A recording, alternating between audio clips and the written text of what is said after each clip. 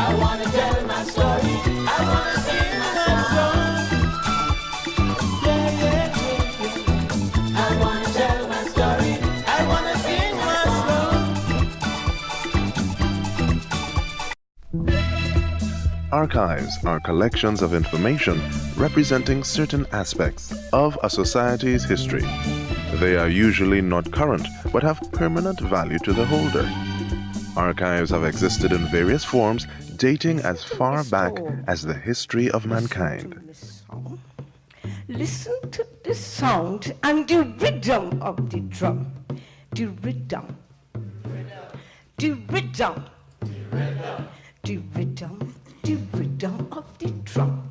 From oral traditions and drawing on caves to paper, film to video and sound recordings on physical or cloud storage, archives exist to store, protect, and promote our identity as a people. The responsibility of storing these archives in Trinidad and Tobago is shared between different entities, namely National Archives, libraries, museums, and audiovisual production houses such as GISD, GISL, and Banyan. This is the Banyan Archive. Over 2,500 videotapes of Caribbean culture gathered over the past 40 years. Every tape here has earned its place. Its protection guaranteed by our conviction of its significance and value in history. Archives can serve as a collective institutional memory to government and all the parts that make up its whole. They can supply past examples of approaches taken to challenges that may occur again. In addition to documenting precedents, legal, administrative, and diplomatic actions are recorded and filed in a system that promotes easy retrieval when needed.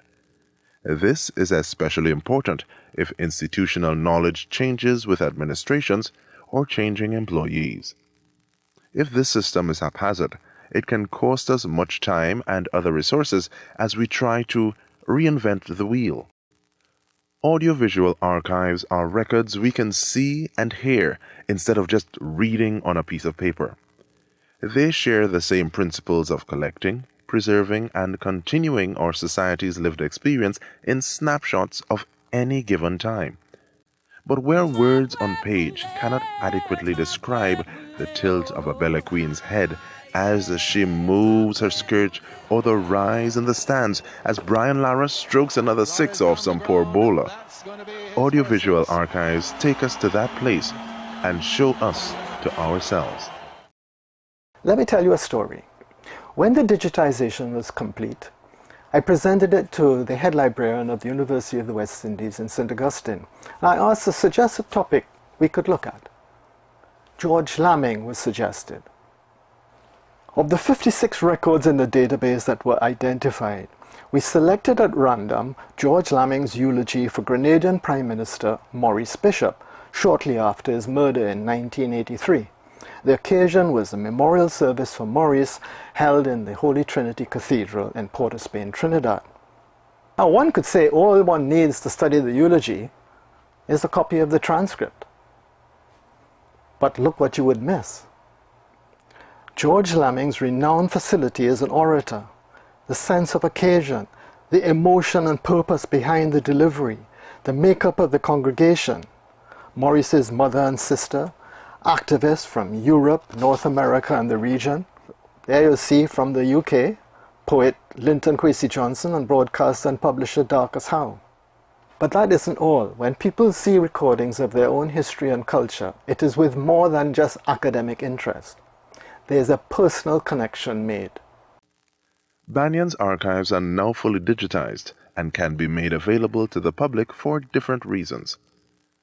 GISL continues with the process of digitizing their precious archival and heritage material.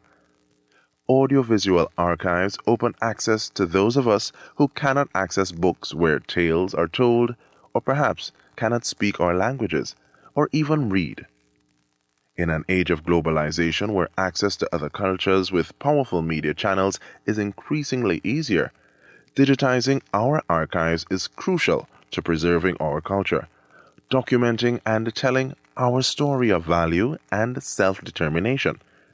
Until the lion tells his tale, stories of the hunt will always favor the hunter.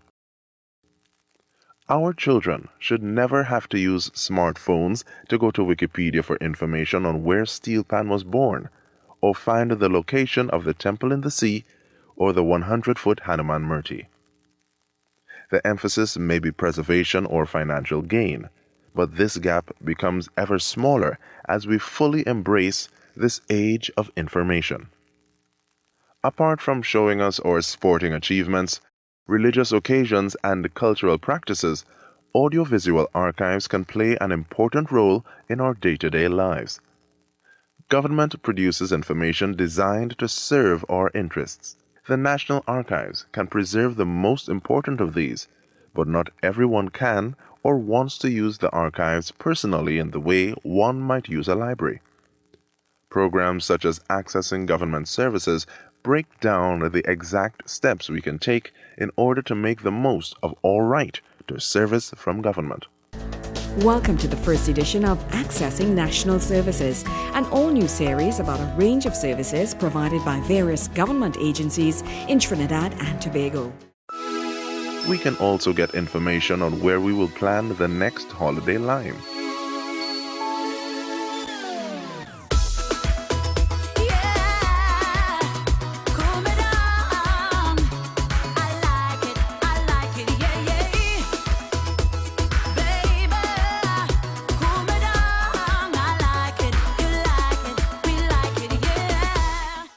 And to see our national icons grow from babies in arms to stalwarts before our very eyes.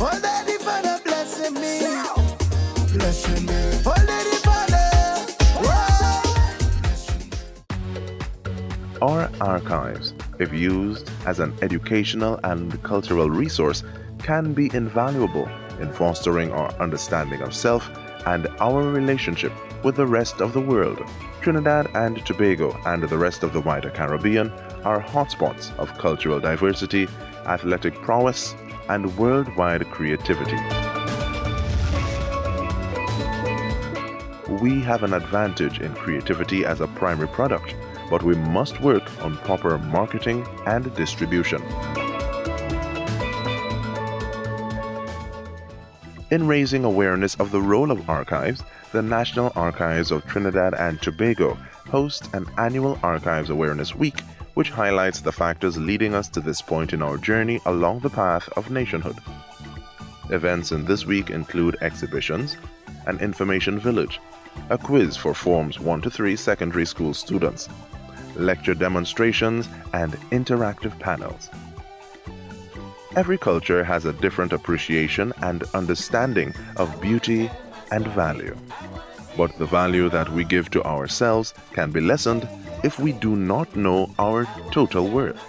Trinidad and Tobago's Culture Division of Ministry of Community Development, Culture and the Arts has in the past seen it fit to certify productions from GISL with the Registry of Artists and Cultural Workers, where investors in these productions can claim 150% or up to $3 million in tax rebates. When your collection is the result of documentation by practitioners rooted in their culture and sensitive to its nuances and value, then elements previously supported only by text suddenly become alive with added significance and meaning. These are just a few examples of the way this stunning digital video collection adds to the possibilities and tools for us to research and analyze our own lives. At long last, the voices of a post-independence Caribbean can be heard among the video records of the world, demanding attention in their own right and inviting appreciation for the region's richness and stunning complexity. It's not just about agriculture. I mean, I've had to take some time to come up with my own understanding of what colonization is and what independence is. And for me, when I started going back through the information that was there and looking at my own life and my own thought process, what I realized was that colonization was basically a process of stopping you from noticing what's around you and utilizing those things to meet your needs, to one where you then are the consumer for products that someone else produces in their ecosystem. So for me, the process of farming, of processing, of having discussions is a lot about let's relearn how to look around us. It's not just about agriculture. Marketing and promoting and things, you know. I was referring just now to a colonial legacy in that we created this thing and we still have a shyness as though we shame to present it to the world. That is nonsense. The truth is, we don't have to present it, they're taking it. So the thing we have to do now, we have to position our country, our people, to benefit from this development.